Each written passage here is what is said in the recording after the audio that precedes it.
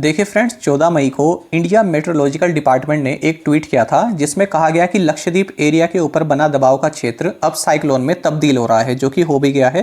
पहले ये north direction में मूव कर रहा था, जैसा कि आप देख सकते हैं। इसके बाद इसने नॉर्थ वेस्ट डायरेक्शन ले ली थी और इसी साइक्लोन का नाम दिया गया है ताउते। और ये अरेबियन सी यानी अरब सागर से ओरिजिनेट हुआ है और इसको एक्सट्रीमली सीवर साइक्लोनिक स्टॉर्म इस कैटेगरी में रखा गया है, यानी अत्यंत भीषण चक्रवाती तूफान इसको कहा गया है। और मुंबई में भी इसके कारण काफ़ी भारी वर्षा देखने को मिल रही है और 2021 का ये पहला साइक्लोनिक स्टॉर्म है जिसने भारत को हिट किया है। इससे पहले कर्नाटक, केरल और तमिलनाडु में भी ये अपना इम्पैक्ट छोड़ चुका है और अब ये गुजरात की ओर मूव कर रहा है। ये आप देख सकते हैं इसकी डायरेक्शन, यहाँ से चलते चलते ये महाराष्ट्र में एंटर हुआ और अब गुजरात की ओर ये बढ़ रहा है। अच्छा, आपको बता दें कि 2004 के बाद पहली बार ऐसा हो रहा है कि कोई साइक्लोन जो इंडिया का जो कोस्ट है उसके इतने पास से होकर गुजर रहा है, इसलिए इसका जो इम्पैक्ट है वो भी काफ़ी हार्ड इम्पैक्ट ये यहाँ पर छोड़ते हुए जा रहा है जहाँ से भी ये गुजर रहा है। अच्छा, अब बात है कि ये जो ताउते है ये नाम कहाँ से आया। तो ये म्यांमार देश ने इसका नाम दिया है। ये बर्मिश लैंग्वेज का शब्द है जिसका मतलब है गेको, यानी कि शोर करने वाली छिपकली। अब बात ये आती है कि ये जो साइक्लोन्स हैं इनके नाम कौन रखता है। तो देखिए, एक पैनल है WMO ESCAP panel on tropical cyclones.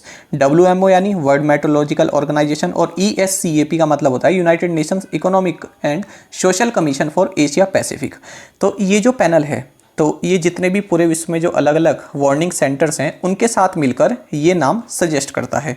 इससे क्या होता है, फिर ये सभी मिलकर वार्निंग जारी करते हैं, एडवाइजरीज जारी करते हैं, अलर्ट देते हैं कि भाई ये जो है तूफ़ान इतनी तारीख को इस कोस्ट से होकर गुजरेगा और ये सावधानियां आपको लेने की ज़रूरत है। अच्छा, क्या भारत भी इस नेटवर्क का हिस्सा है? जी हाँ, बिल्कुल है। भारत के अलावा 12 और भी देश हैं, यानी कुल 13 देश इस नेटवर्क का हिस्सा हैं। तो भारत भी इसमें अपने ओर से नाम सजेस्ट करता है और एडवाइजरीज जारी करता है। तो भारत के अलावा इसमें Bangladesh, Maldives, Myanmar, Oman, Iran, Pakistan, Sri Lanka, Qatar, Thailand, Saudi Arabia, United Arab Emirates और यमन, ये सभी शामिल हैं। देखिए, अब क्वेश्चन ये आता है कि ये लिस्ट क्यों बनाई जाती है, इस तरह के नाम क्यों रखे जाते हैं।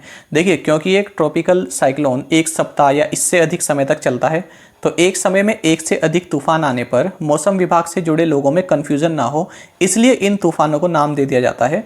इससे चेतावनी जारी करने में भी आसानी रहती है।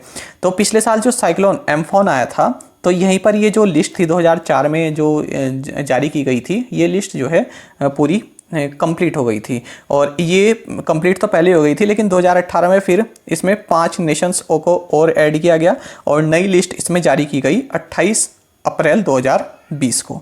तो इसके बाद फिर 4 नेम और सजेस्ट किए गए, जिसमें थे निसर्ग, गति, निवार और बुरेवी। तो इन चारों के बाद ये 5th नाम था ताउते। तो ये ताउते अब म्यांमार कंट्री द्वारा दिया गया था। पहले ही डिसाइड कर ले जाते हैं कि कौन सा नाम कौन सी कंट्री देने वाली है।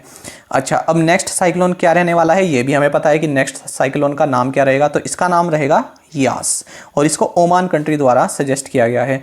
और इससे अगले वाला जो आएगा उसका नाम है गुलाब, उसको दिया है पाकिस्तान ने। अच्छा, ये जो साइक्लोन है इसका मतलब क्या है। देखिए, समुद्र में मौसम की गर्मी से जो हवा है वो गर्म होकर बहुत कम वायु दाब का क्षेत्र बनाती है, यानी लो प्रेशर एरिया बनाती है। अब हवा गर्म होकर तेज़ी से ऊपर आती है, तो इस वजह से वहाँ खाली जगह बन जाती है, जिसे भरने के लिए जो नम हवा है वो तेज़ी से नीचे जाकर फिर ऊपर आती है। जब हवा बहुत तेज़ी से उस क्षेत्र के चारों तरफ घूमती है तो बादल बनते हैं और तेज़ बारिश होने लगती है। तो ये जो हवा है ये नदर्न हेमिस्फेयर में काउंटर क्लॉकवाइज डायरेक्शन में चलती है और सदर्न हेमिस्फेयर में क्लॉकवाइज डायरेक्शन में चलती है। आई होप आपको हमारा ये सेशन काफ़ी पसंद आया होगा और इसी तरह के अपडेट्स पाने के लिए आप सभी करंट अफेयर्स फंडा को टेलीग्राम पर भी ज्वाइन कर सकते हैं। यहाँ पर रेगुलर वीडियो अपडेट्स और करंट क्विजेस हम आप सभी के लिए डालते हैं। साथ ही डिस्कशन ग्रुप में आप किसी भी क्वेश्चन का सॉल्यूशन पा सकते हैं। Thank you guys.